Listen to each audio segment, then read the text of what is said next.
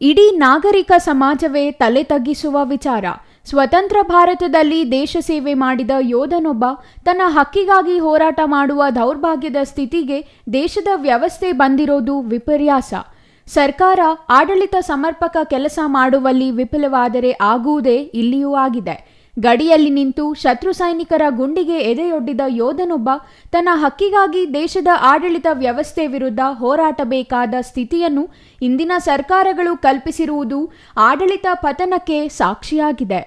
ಕಳೆದ 26 ವರ್ಷಗಳಿಂದ ಸರ್ಕಾರ ನೀಡಬೇಕಾದ ಭೂಮಿಗಾಗಿ ಯೋಧ ನಿರಂತರವಾಗಿ ಆಡಳಿತದೊಂದಿಗೆ ಹೋರಾಟ ನಡೆಸುತ್ತಲೇ ಬಂದಿದ್ದು 2.5 ದಶಕ ಕಳೆದರೂ ಆತನಿಗೆ ಭೂಮಿ ನೀಡದ ತಾಲೂಕು ಆಡಳಿತ ಮತ್ತು ಜಿಲ್ಲಾಡಳಿತದ ಕ್ರಮಕ್ಕೆ ಸಾರ್ವಜನಿಕ ವಲಯದಲ್ಲಿ ತೀವ್ರ ಆಕ್ರೋಶ ವ್ಯಕ್ತವಾಗುತ್ತಿದೆ. ಯೋಧ ಕುಟುಂಬ ಸಮೇತ ಚಿಂತಾಮಣಿ ತಾಲೂಕು ಕಚೇರಿ ಮುಂದೆ ಉಪವಾಸ ಸತ್ಯಾಗ್ರಹ ಮಾಡುತ್ತಿದ್ದು, ಗೌರಿಬಿದನೂರಿನಲ್ಲಿ ನಡೆದ ಸಚಿವರ ಕಾರ್ಯಕ್ರಮಕ್ಕೆ ಹೋಗುವ ಜಿಲ್ಲಾಧಿಕಾರಿಗಳು ಚಿಂತಾಮಣಿಯಲ್ಲಿ ಮಾಜಿ ಯೋಧನ ಅಳಲು ಕೇಳಲು ಮುಂದಾಗದ ಬಗ್ಗೆ ಸಾರ್ವಜನಿಕರು ಅಸಮಾಧಾನ ವ್ಯಕ್ತಪಡಿಸಿದ್ದಾರೆ. ಸರ್ಕಾರ ಮಂಜೂರು ಮಾಡಬೇಕಾದ ಜಮೀನಿಗಾಗಿ ಯೋಧ 2ನೇ ದಿನದ ಉಪವಾಸ ಸತ್ಯಾಗ್ರಹ ಮುಂದುವರಿಸಿದ್ದು, ಚಿಕ್ಕಬಳ್ಳಾಪುರ ಜಿಲ್ಲಾ ಉಸ್ತುವಾರಿ ಸಚಿವರ ತವರು ಕ್ಷೇತ್ರದಲ್ಲಿಯೇ ಇಂತಹ ಸ್ಥಿತಿ ಬಂದಿರೋದು ವಿಪರ್ಯಾಸ. ಮಾಜಿ ಅಂಗವಿಕಲ ಯೋಧನ ಗೋಳು ಕೇಳುವವರೇ ಇಲ್ಲವಾಗಿದ್ದು, ಲಂಚ ಕೊಟ್ಟಿಲ್ಲ ಅಂತ ಜಮೀನು ಮಂಜೂರು ಮಾಡದೆ ಅಧಿಕಾರಿಗಳು ನಿರ್ಲಕ್ಷ್ಯ ವಹಿಸಿದ್ದಾರೆ ಎಂದು ಮಾಜಿ ಯೋಧ ಶಿವಾನಂದರೆಡ್ಡಿ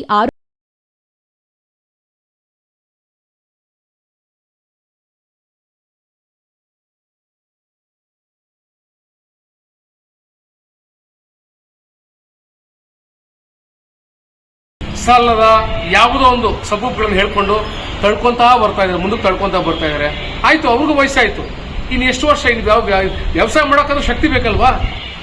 ಆದರೂ ಸಹ ಹೋರಾಟ ಮಾಡ್ತಾ ಇದ್ದಾರೆ. ನೋಡಿ, ಇವತ್ತಿನ ದಿನ ವಿಜಯ ದಿವಸ ದಿನ ಶಿವಾನಂದ ರೆಡ್ಡಿ ಅವರು ಉಪವಾಸ ಸತ್ಯಾಗ್ರಹವನ್ನ ಈ ಚಿಂತಾಮಣಿಯ ತಾಲೂಕು ಕಚೇರಿ ಮುಂದೆ ತನ್ನ ಪರಿವಾರ ಸಮೇತ ಬಂದು ಇಲ್ಲಿ ಸತ್ಯಾಗ್ರಹವನ್ನು ಹಮ್ಮಿಕೊಂಡಿದ್ದಾರೆ.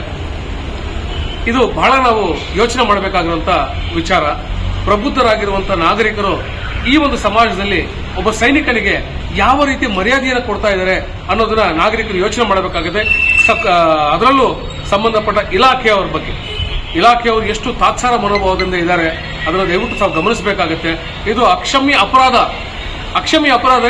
ಸೈನಿಕರು ಅಲ್ಲಿ ಗಡಿ ಕಾಯಲಿಲ್ಲ ಅಂದ್ರೆ ನೀವಿಲ್ಲಿ ಸಂಪಾದನೆ ಮಾಡಿ ಏನ್ ಲಂಚ ಗಿಂಚ ಎತ್ಕೊಂಡು ಹೋಗ್ತಾ ಇರಲ್ಲ, ಅದನ್ನು ಸಹ ತಾವು ಎತ್ತಿಟ್ಕೊಳಕ್ಕೆ ನಿಮ್ ಕೈಲಿ ಆಗೋದಿಲ್ರಿ. ಶತ್ರುಗಳು ಯಾವತ್ತೂ ಬಂದು ಹೊಡ್ಕೊಂಡು ಹೋಗ್ಬಿಡ್ತಾರೆ. ಇಷ್ಟು ಕೂಡ ಜ್ಞಾನ ಬೇಡವಾ? ಒಬ್ಬ ರೈತ, ಒಬ್ಬ ಸೈನಿಕ ಈ ದೇಶದ ಬೆನ್ನೆಲುಬು. ಇವರಿಬ್ಬರನ್ನೂ ಸಹ ನಾವು ಕಾಪಾಡಬೇಕಾಗಿರುವಂತದ್ದು ನಮ್ಮೆಲ್ಲರ ಕರ್ತವ್ಯ. ಯಾರು ಈ ಅಧಿಕಾರದಲ್ಲಿ ಕೂತ್ಕೊಂಡಿದ್ದಾರೆ, ಯಾರು ತಹಸೀಲ್ದಾರ್ ಆಗಿರ್ಬೋದು, ಎಸಿ ಆಗಿರ್ಬೋದು, ಡಿಸಿ ಆಗಿರ್ಬೋದು, ಅಥವಾ ಸಂಬಂಧಪಟ್ಟ ರಾಜಕೀಯ ವ್ಯಕ್ತಿಗಳಾಗಿರ್ಬೋದು, MLAಗಳಾಗಿರ್ಬೋದು, ಯಾರಾದ್ರಾಗಿರ್ಬೋದು, ಎಲ್ಲರ ಪ್ರಮುಖ ಕರ್ತವ್ಯ ನಾವು ಸೈನಿಕರಿಗೆ ಮತ್ತು ರೈತರಿಗೆ ಆದ್ಯತೆಯನ್ನು ನೀಡಬೇಕಾಗಿರೋದು. ಪ್ರಪ್ರಥಮವಾಗಿ ಅದನ್ನು ಕಲಿಬೇಕಾಗತ್ತೆ. ಬಹುಶಃ ನಮ್ಮ ಮಾನವೀಯ ಮೌಲ್ಯಗಳನ್ನ ಎಲ್ಲ ಮರ್ತೋಗ್ತಾ ಇದ್ದೀರಿ ಅನ್ಸುತ್ತೆ ಅಧಿಕಾರಿಗಳು. ದಯವಿಟ್ಟು ಅಧಿಕಾರಿಗಳೇ, ಇನ್ಮೇಲಾದರೂ ಕಣ್ತೆಗೆದು ನೋಡಿ, ಮಾಡಿರುವಂತ ತಪ್ಪುಗಳು ಬೇಡ, ಆಗುವಂತ ಒಳ್ಳೆದನ್ನ ಏನಾದ್ರು ಇತ್ತು ಅಂದ್ರೆ ಅದನ್ನ ಮಾಡಿ ಅವ್ರ ಹೋರಾಟಕ್ಕೆ ತಾವು ಈ ಒಂದು ನಾಂದಿಯನ್ನ ಹಾಡ್ತೀರಾ ಅಂತ ನಾನು ಅನ್ಕೊಂಡಿದ್ದೀನಿ.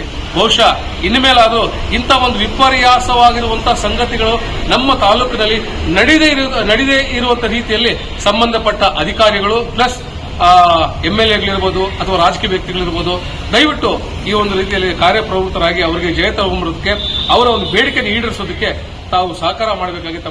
ಅಂದು ಬ್ರಿಟಿಷರ ವಿರುದ್ಧ ದೇಶದ ಸ್ವಾತಂತ್ರ್ಯಕ್ಕಾಗಿ ಮಹಾತ್ಮ ಗಾಂಧೀಜಿ ಉಪವಾಸ ಸತ್ಯಾಗ್ರಹ ಮಾಡಿದರೆ, ಇಂದು ಸ್ವತಂತ್ರ ಭಾರತದ ಭ್ರಷ್ಟ ಅಧಿಕಾರಿಗಳ ವಿರುದ್ಧ ಮಾಜಿ ಅಂಗವಿಕಲ ಯೋಧ ಉಪವಾಸ ಸತ್ಯಾಗ್ರಹ ಮಾಡುವ ಹಂತಕ್ಕೆ ದೇಶದ ಸ್ವತಂತ್ರ ಬಂದಿರೋದು ನಾಗರಿಕ ಸಮಾಜ ತಲೆ ತಗ್ಗಿಸುವಂತಾಗಿದೆ. ಗಾಂಧೀಜಿಯವರ ಭಾವಚಿತ್ರ ಹಿಡಿದು ಮಾಜಿ ಯೋಧ ಉಪವಾಸ ಸತ್ಯಾಗ್ರಹ ಮಾಡುತ್ತಿದ್ದು, 2 ದಿನಗಳ ಉಪವಾಸ ಮಾಡಿದರೂ ಯಾವುದೇ ಅಧಿಕಾರಿ ಅತ್ತ ಮುಖ ಮಾಡಿಲ್ಲ. News bureau, CTV news, Chikkaballapur.